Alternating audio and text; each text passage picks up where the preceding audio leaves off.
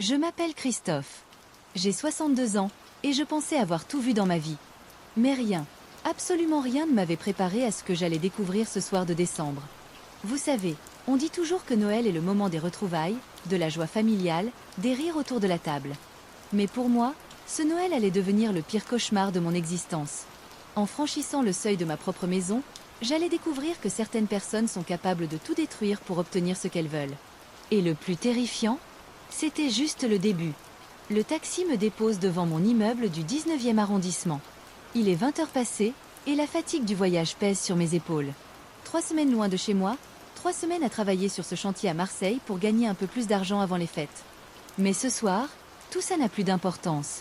Je suis enfin de retour à Paris, et dans quelques secondes, je vais serrer Jacqueline dans mes bras. Je monte les escaliers 4 à 4, mon cœur bat la chamade. J'imagine déjà son sourire, l'odeur du pot-au-feu qui mijote dans la cuisine, peut-être même Alexandre et le petit François qui seraient passés nous voir. Noël approche, et cette année, je me suis promis de passer chaque instant avec ma famille. Mais dès que j'ouvre la porte, quelque chose ne va pas. L'atmosphère est lourde, presque suffocante. Les lumières sont allumées, mais il n'y a aucun bruit de préparatif, aucune musique de Noël. Juste un silence pesant qui me glace le sang. Jacqueline. J'appelle en refermant la porte derrière moi. Un sanglot me répond. Mon sang se fige. Je traverse le couloir en courant et j'arrive dans la cuisine. Ce que je vois me paralyse sur place. Ma femme est assise sur une chaise, le visage enfoui dans ses mains, ses épaules secouées par les pleurs. Et à notre table, celle où nous avons partagé des milliers de repas, est assis un homme que je reconnais immédiatement. Édouard Fontaine. Le père de Patricia, mon ex-belle-fille. Cet homme arrogant au costume impeccable qui nous a toujours regardés de haut, nous traitant comme des moins que rien depuis le jour où notre fils Alexandre a épousé sa fille. Il me fixe avec un sourire glacial, sirotant tranquillement un verre de notre cognac comme s'il était chez lui. Ses yeux gris ne trahissent aucune émotion, juste une froide détermination qui me terrifie. « Bonsoir, Christophe, dit-il d'une voix calme et posée. Je vous attendais. Nous avons des choses importantes à discuter, vous et moi. » Je regarde Jacqueline qui tremble de tous ses membres, incapable de lever les yeux vers moi. Mon estomac se noue. Quelque chose de terrible est arrivé, je le sens dans chaque fibre de mon être. Qu'est-ce qui se passe ici? Ma voix sort plus rauque que je ne l'aurais voulu. Jacqueline, parle-moi. Édouard pose délicatement son verre sur la table et croise les mains devant lui, comme un homme d'affaires sur le point de conclure une transaction. Votre fils est en garde à vue, monsieur Moreau. Arrêté ce matin même pour tentative d'enlèvement. Et croyez-moi, si vous ne faites pas exactement ce que je vous dis, il finira en prison pour très, très longtemps. Les mots d'Édouard résonnent dans ma tête comme des coups de marteau. Alexandre. En garde à vue. Tentative d'enlèvement. C'est impossible. Mon fils n'a jamais fait de mal à personne de toute sa vie. Vous mentez. Je m'avance vers lui, les poings serrés. Mon fils n'est pas un criminel. Édouard ne bronche pas. Il me regarde avec ce même calme insupportable, comme si ma colère l'amusait. Asseyez-vous, monsieur Moreau. Laissez-moi vous expliquer la situation dans laquelle vous vous trouvez. Jacqueline pose enfin ses yeux rougis sur moi. Son regard me supplie de l'écouter, de ne pas aggraver les choses. Je m'affale sur une chaise, le cœur battant si fort que j'ai l'impression qu'il va exploser. Édouard sort un dossier de sa mallette en cuir et le pose devant moi. Je reconnais des photos, des documents officiels avec des tampons de la préfecture de police. Ce matin, votre fils Alexandre s'est présenté devant la résidence de ma fille Patricia, dans le 16e arrondissement. Il a tenté de prendre son propre fils, François, contre sa volonté. Ma fille a crié, demandé de l'aide. Les agents de sécurité sont intervenus immédiatement et ont appelé la police. Votre fils a été arrêté pour tentative d'enlèvement d'un mineur. Les preuves sont accablantes. C'est son fils. Je hurle, incapable de me contenir. Il a le droit de voir son propre enfant. Non. Le mot tombe comme une sentence. Depuis le divorce prononcé au tribunal de grande instance, ma fille a la garde exclusive. Votre fils n'avait aucun droit de s'approcher de cet enfant sans autorisation. Il a enfreint l'ordonnance du juge aux affaires familiales. Et maintenant, il va payer. Je regarde les photos. Alexandre menotté, poussé dans une voiture de police. Mon garçon, mon fils unique, traité comme un criminel dangereux. Ma gorge se serre, les larmes me montent aux yeux. Qu'est-ce que vous voulez? La voix de Jacqueline est à peine audible, brisée par l'émotion. Édouard se renverse dans sa chaise, satisfait d'avoir enfin toute notre attention. Je veux que vous disparaissiez de nos vies. Complètement. Vous allez vendre cet appartement immédiatement. Vous prendrez l'argent et vous irez vivre ailleurs, loin de Paris, loin de ma fille et de mon petit-fils. Vous n'essaierez plus jamais de contacter François. Vous n'interviendrez plus jamais dans nos affaires familiales. C'est de la folie. Je me lève d'un bond. Cet appartement, c'est toute notre vie. Nous l'avons acheté il y a 30 ans. Nous avons élevé Alexandre ici. Je m'en fiche complètement de votre vie, monsieur Moreau. La voix d'Édouard devient tranchante comme une lame. Voici le marché. Vous vendez et vous partez, ou votre fils passe les 5 prochaines années en prison. J'ai des contacts au palais de justice, des avocats exceptionnels du barreau de Paris, et je ferai en sorte que le procureur soit particulièrement sévère. Tentative d'enlèvement, violation d'ordonnances judiciaires, peut-être même que nous trouverons d'autres charges. Votre fils sortira quand François sera devenu un adolescent qui ne se souviendra même plus de lui. Jacqueline éclate en sanglots incontrôlables. Je la prends dans mes bras, sentant son corps trembler contre le mien. Nous sommes piégés. Cet homme nous tient à sa merci, et il le sait parfaitement. Vous avez 48 heures pour prendre votre décision, dit Édouard en se levant, ajustant sa cravate avec nonchalance. J'ai déjà contacté un agent immobilier qui viendra demain matin évaluer l'appartement. Je vous conseille fortement de coopérer. Pour le bien de votre fils. Il ramasse sa mallette et se dirige vers la porte. Avant de sortir, il se retourne une dernière fois. Ah, et passez un joyeux Noël, monsieur et madame Moreau. Profitez-en bien. C'est peut-être le dernier que vous passerez dans cette maison. La porte claque. Nous restons là, Jacqueline et moi, enlacés dans notre cuisine qui sent maintenant la défaite et le désespoir. Notre monde vient de s'écrouler en quelques minutes. Le lendemain matin, je me réveille après une nuit blanche. Jacqueline n'a pas dormi non plus. Nous sommes restés assis dans le salon, incapables de parler, incapables de réfléchir. Comment en sommes-nous arrivés là? À 8 heures, je suis déjà devant le commissariat du 19e arrondissement. Il m'a fallu 3 heures pour obtenir l'autorisation de voir Alexandre. 3 heures à supplier, à remplir des formulaires, attendre sur des chaises inconfortables pendant que des policiers indifférents traitaient mon fils comme un vulgaire criminel. Quand ils me font enfin entrer dans la salle des visites, mon cœur se brise en 1000 morceaux. Alexandre est assis de l'autre côté d'une vitre épaisse, un téléphone noir à la main. Son visage est marqué par une ecchymose violette sur la joue gauche, ses yeux sont rouges et gonflés. Il a vieilli de 10 ans en une nuit. Papa. Sa voix se brise dès qu'il me voit. Mes larmes coulent sans que je puisse les retenir. Mon fils, mon garçon, qu'est-ce qu'ils t'ont fait? Alexandre secoue la tête, essuyant rageusement ses propres larmes. C'était un piège, papa. Un piège monté de toutes pièces. Je le jure sur tout ce qui m'est cher. Il prend une profonde inspiration, essayant de garder son calme pour pouvoir me raconter ce qui s'est passé. C'était hier matin, tu comprends?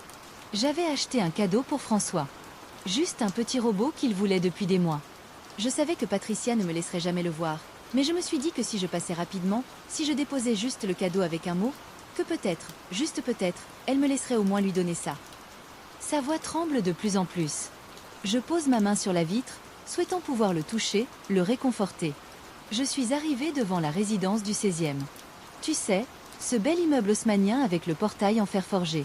J'ai vu François qui jouait dans la cour intérieure avec sa nounou. Mon propre fils, papa. Il était si proche. Il m'a vu et il a couru vers moi en criant papa. Papa, avec ce sourire immense. Tu te souviens de son sourire? J'acquiesce, incapable de parler tant l'émotion m'étouffe. Je me suis accroupie pour le prendre dans mes bras. C'est tout ce que j'ai fait, papa. J'ai pris mon fils dans mes bras. Et puis Patricia est sortie en hurlant comme si je l'agressais. Elle criait que j'essayais d'enlever François, que j'allais le kidnapper. Les agents de sécurité de l'immeuble sont arrivés en courant.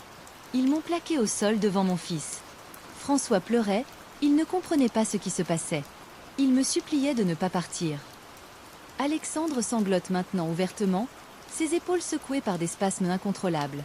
C'était prémédité, papa. Je le sais maintenant. Patricia m'a tendu un piège. Elle savait que je viendrais pour Noël. Elle avait tout préparé avec son père.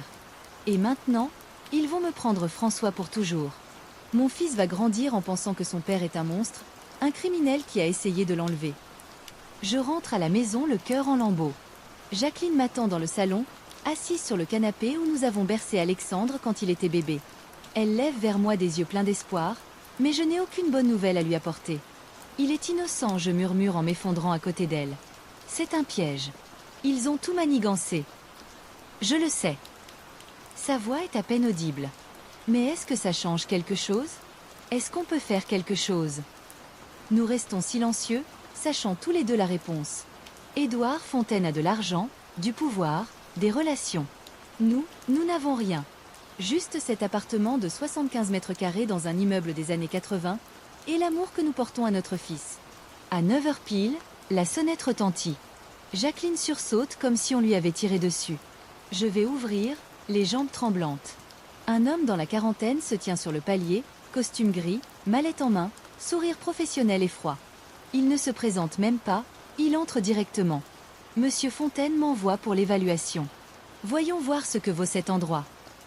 Il commence à faire le tour de l'appartement avec un mépris à peine dissimulé. Il touche les murs, ouvre les placards, examine les fenêtres en secouant la tête d'un air désapprobateur. Isolation vétuste, parquet abîmé, cuisine complètement démodée. La salle de bain nécessite une rénovation totale. Honnêtement, dans cet état, vous ne pourrez pas espérer plus de 250 000 euros. Et encore, je suis généreux. 250 000. Je m'étrangle. Cet appartement en vaut au moins 400 000. Regardez les prix dans le quartier. L'agent hausse les épaules avec indifférence. Monsieur Fontaine m'a demandé une évaluation réaliste. Prenez-le ou laissez-le. De toute façon, vous n'avez pas vraiment le choix, n'est-ce pas? Il sort un contrat préimprimé de sa mallette et le pose sur notre table de salon. Signez ici. L'acte de vente sera finalisé dans 48 heures. L'argent sera viré sur votre compte dès que vous aurez quitté les lieux. Jacqueline se lève brusquement, les poings serrés.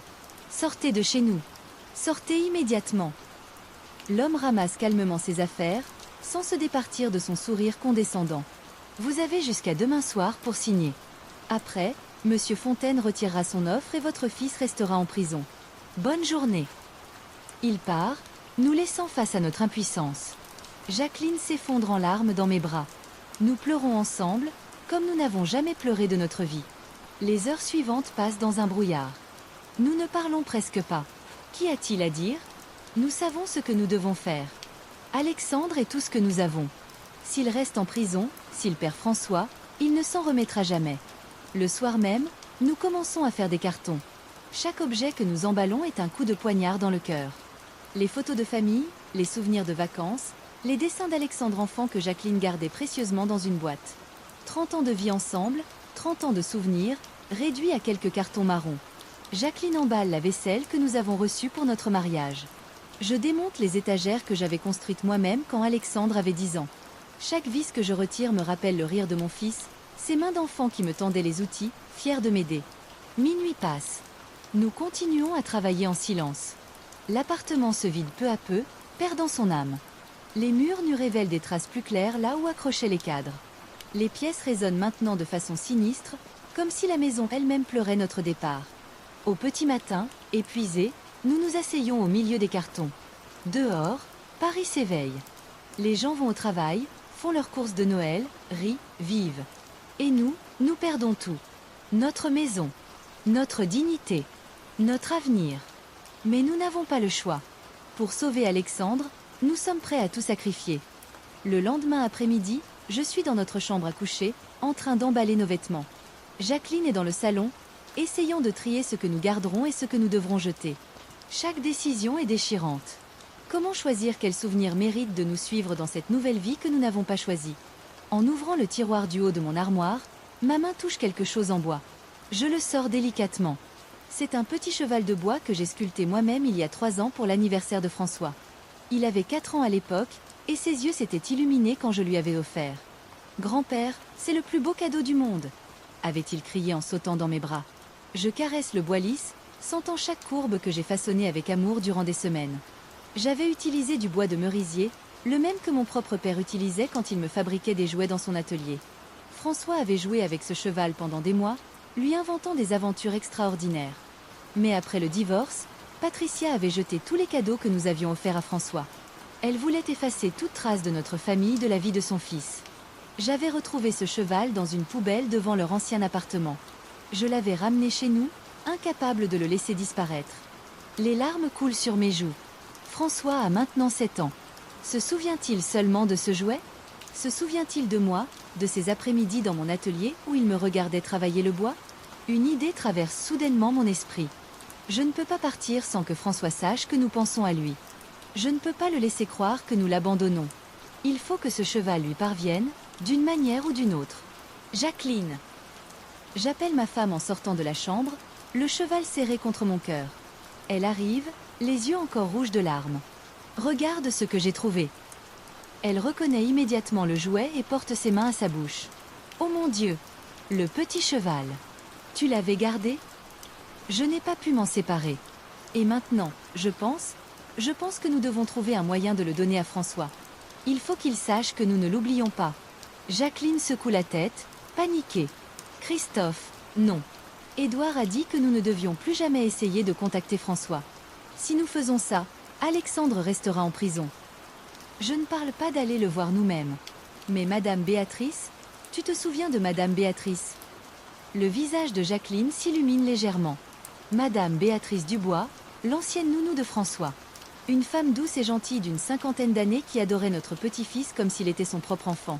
Elle nous avait toujours traités avec respect et affection, contrairement à Patricia. Tu crois qu'elle accepterait de nous aider?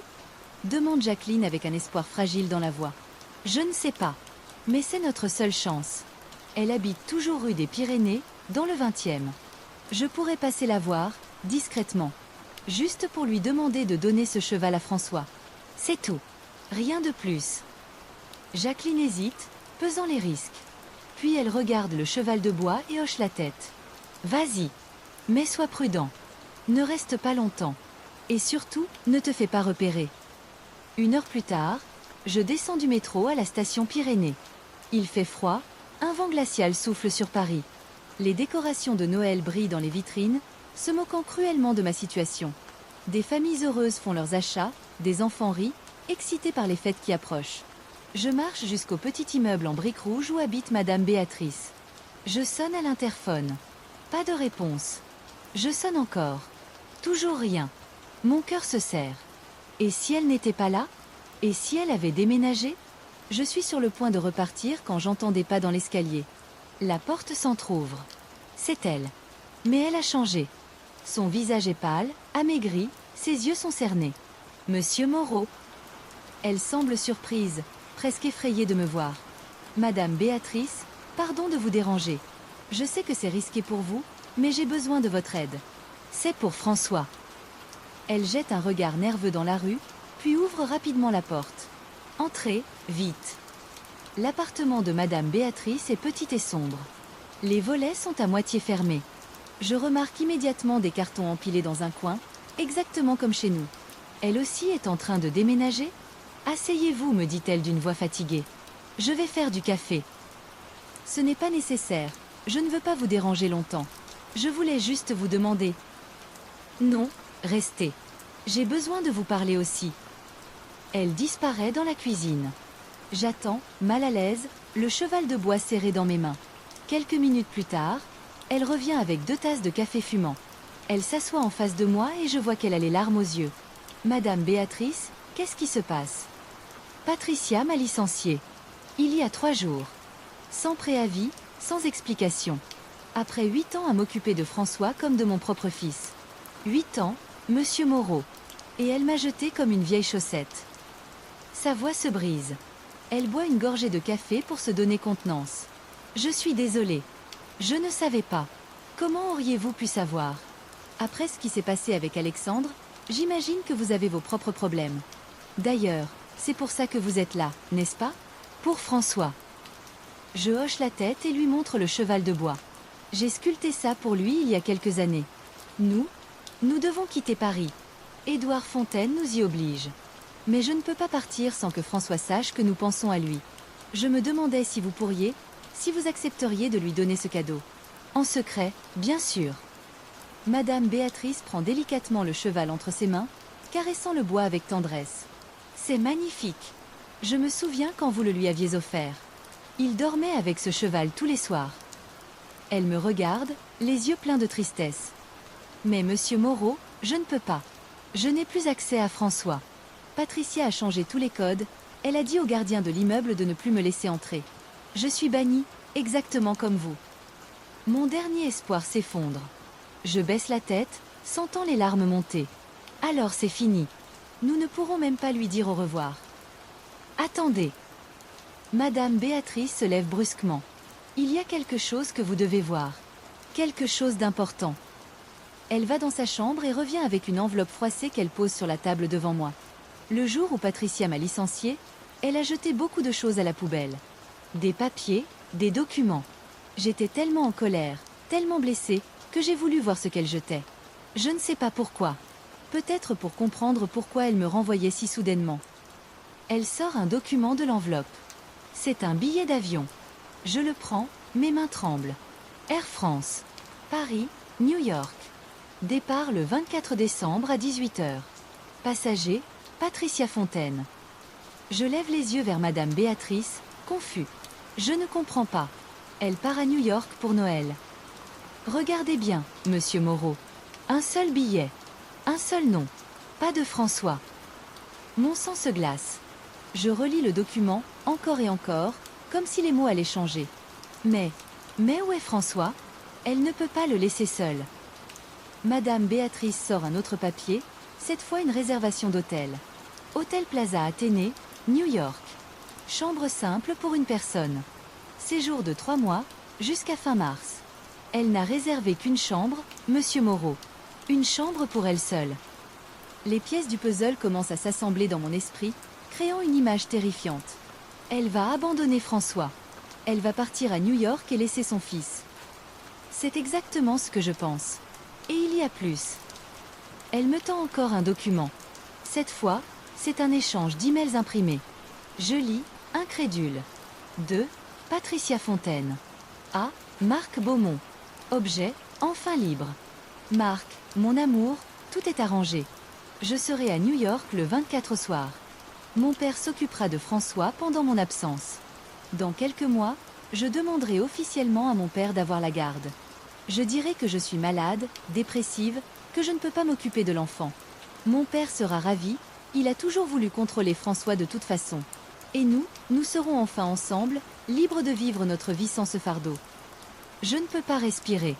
Le mot fardeau résonne dans ma tête. Elle parle de son propre fils comme d'un fardeau. Vous comprenez maintenant? Dit Madame Béatrice. C'est pour ça qu'elle m'a licenciée. Elle ne voulait pas de témoins. Elle ne voulait personne qui pourrait poser des questions quand elle disparaîtrait. Tout était calculé. Faire arrêter Alexandre, vous forcer à partir, me renvoyer, et puis s'envoler pour New York en laissant François derrière elle. Je rentre chez moi en courant, les documents serrés contre ma poitrine comme s'ils étaient la chose la plus précieuse au monde. Parce que c'est exactement ce qu'ils sont. Ce sont nos armes. Notre seule chance de sauver Alexandre et François. Jacqueline est dans la cuisine quand j'arrive, essoufflée. Elle se précipite vers moi. Christophe, qu'est-ce qui se passe? Tu as vu Madame Béatrice? Oui. Et tu ne vas pas croire ce qu'elle m'a donné. Je lui raconte tout. Je lui montre les documents, les emails, la réservation d'hôtel.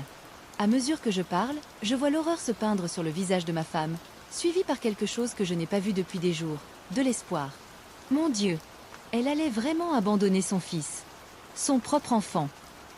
Et elle a monté toute cette machination pour s'assurer que personne ne pourrait l'en empêcher. Nous devions disparaître. Madame Béatrice devait partir. Alexandre devait être en prison. Comme ça, personne ne poserait de questions. Jacqueline saisit les papiers, les relisant encore et encore. Édouard sait-il? Est-ce qu'il est au courant des plans de sa fille? J'en doute. Dans l'email, elle dit qu'il sera ravi d'avoir la garde de François. Elle le manipule aussi. Elle manipule tout le monde. Le lendemain matin, le 24 décembre, veille de Noël, nous nous rendons chez le notaire, Maître Dupont, dont l'étude se trouve boulevard Saint-Germain. C'est là que nous devons signer les papiers de vente de notre appartement. Là que nous devons sceller notre défaite. Sauf que maintenant, nous avons une arme. L'étude est un bel appartement haussmannien au 2e étage, avec de hauts plafonds et des moulures anciennes. La secrétaire nous fait entrer dans une salle d'attente lambrissée. Nous nous asseyons sur des chaises inconfortables, tenant fermement l'enveloppe contenant les preuves. « Tu es sûre de toi ?» chuchote Jacqueline. « Si ça ne marche pas. »« Ça va marcher. Ça doit marcher. » À 10 heures précises, la porte s'ouvre.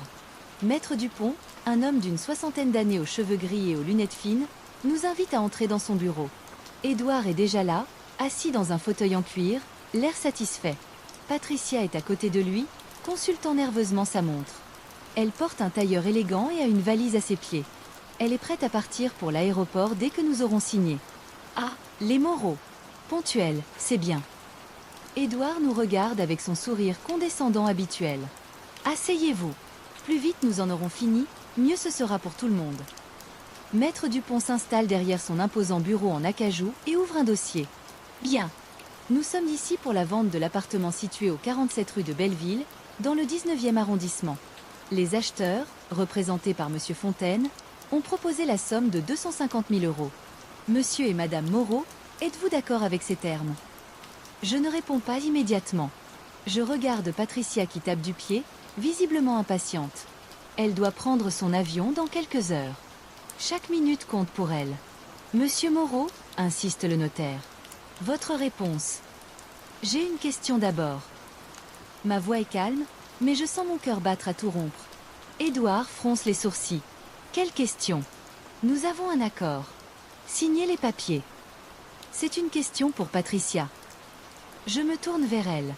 Quand comptez-vous aller chercher François? Un silence pesant s'installe dans la pièce. Patricia me fixe, ses yeux s'élargissant légèrement. Quoi? Qu'est-ce que François vient faire là-dedans? C'est une simple question. Vous partez en voyage aujourd'hui, n'est-ce pas? Quand comptez-vous récupérer votre fils? Ça ne vous regarde absolument pas. Elle se lève brusquement, le visage rouge de colère. Mon père s'occupe de François pendant mon absence. C'est déjà arrangé. Pour combien de temps? Patricia ne répond pas à ces questions, intervient Édouard, visiblement contrarié. Maître Dupont, pouvons-nous procéder? Mais je sors déjà l'enveloppe de ma poche. Je pose le billet d'avion sur le bureau du notaire. Un billet pour New York. Un seul passager. Départ ce soir. Et voici la réservation d'hôtel. Une chambre simple pour 3 mois.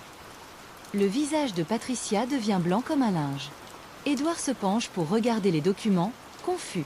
Qu'est-ce que c'est que ça? Attendez, il y a mieux.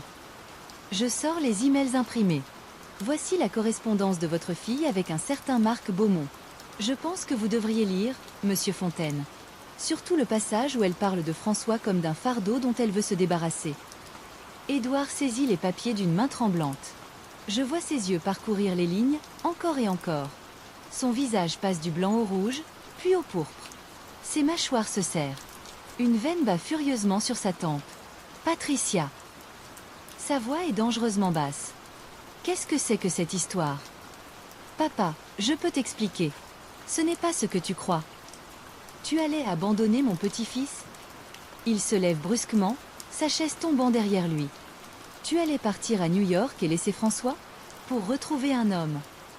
Patricia recule, les larmes aux yeux, mais cette fois ce ne sont pas des larmes de manipulation. Ce sont des larmes de panique. J'avais besoin de temps pour moi. J'étais épuisée.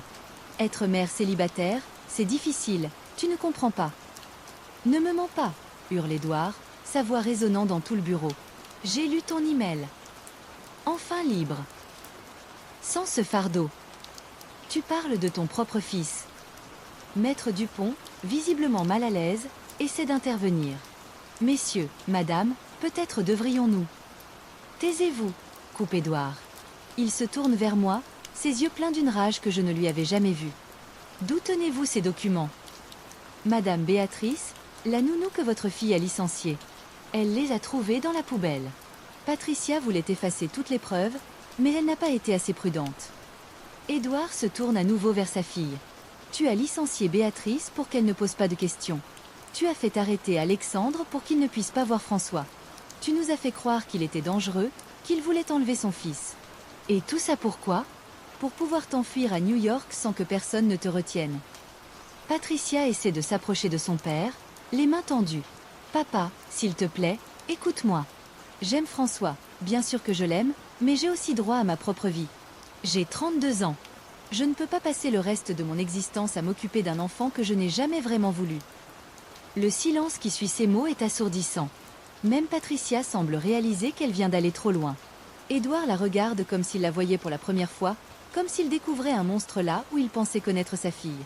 Tu n'as jamais voulu François, répète-t-il lentement, comme pour s'assurer d'avoir bien compris. Mon petit-fils.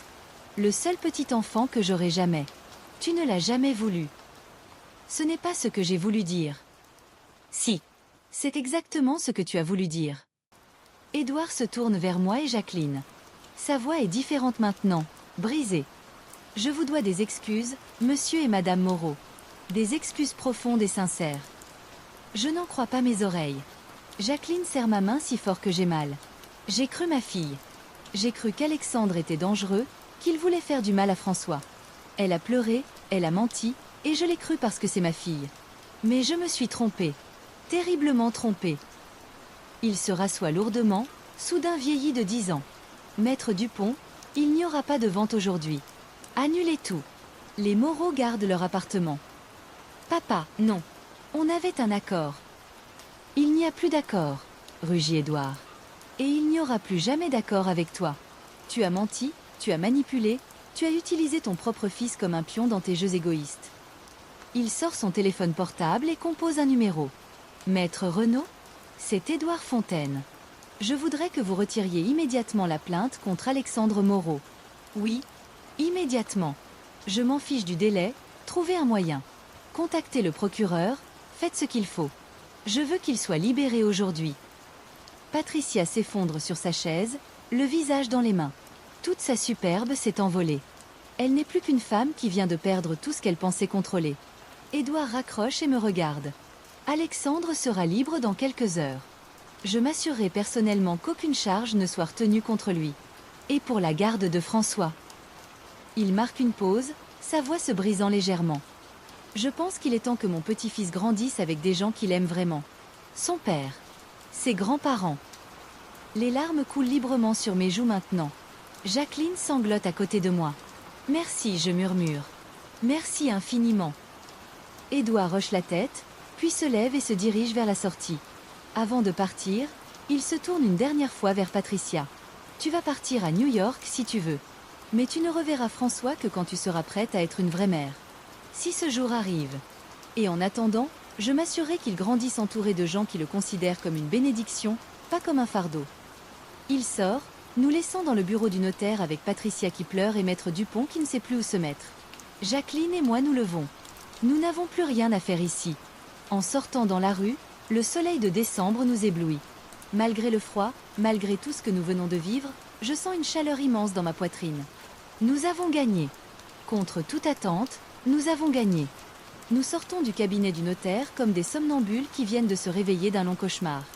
L'air froid de Paris me semble soudainement plus respirable, plus pur. Édouard a tenu parole. À peine 1 heure plus tard, mon téléphone sonne. C'est Alexandre. Il est libre. Nous le retrouvons devant le commissariat. Quand je vois mon fils franchir ces portes métalliques, le visage fatigué mais illuminé par le soulagement, mes genoux manquent de céder. Jacqueline se jette dans ses bras, pleurant toutes les larmes qu'elle avait retenues. Je les rejoins, et nous restons là, tous les trois, soudés comme un bloc de granit que rien ne peut briser. On va chercher François, dis-je simplement. Maintenant. Édouard nous a donné l'adresse et le code du portail. Il a prévenu le personnel. Personne ne nous arrêtera. Nous montons dans un taxi, direction le 16e arrondissement. Le trajet se fait dans un silence tendu. Alexandre regarde par la fenêtre, serrant les poings. Il a peur. Peur que ce soit encore un rêve, peur que son fils ne le reconnaisse pas. La Maison des Fontaines est un hôtel particulier immense, froid et intimidant. Une forteresse de pierre qui respire la richesse, mais manque cruellement de chaleur. La gouvernante nous ouvre, l'air gêné. Il est dans sa salle de jeu, au 2e étage, murmure-t-elle. Nous montons l'escalier monumental en marbre. Le silence dans cette maison est assourdissant. Pas de rire d'enfant, pas de bruit de vie. Juste le tic-tac oppressant d'une horloge ancienne. Alexandre ouvre doucement la porte de la chambre. Ce que nous voyons me brise le cœur.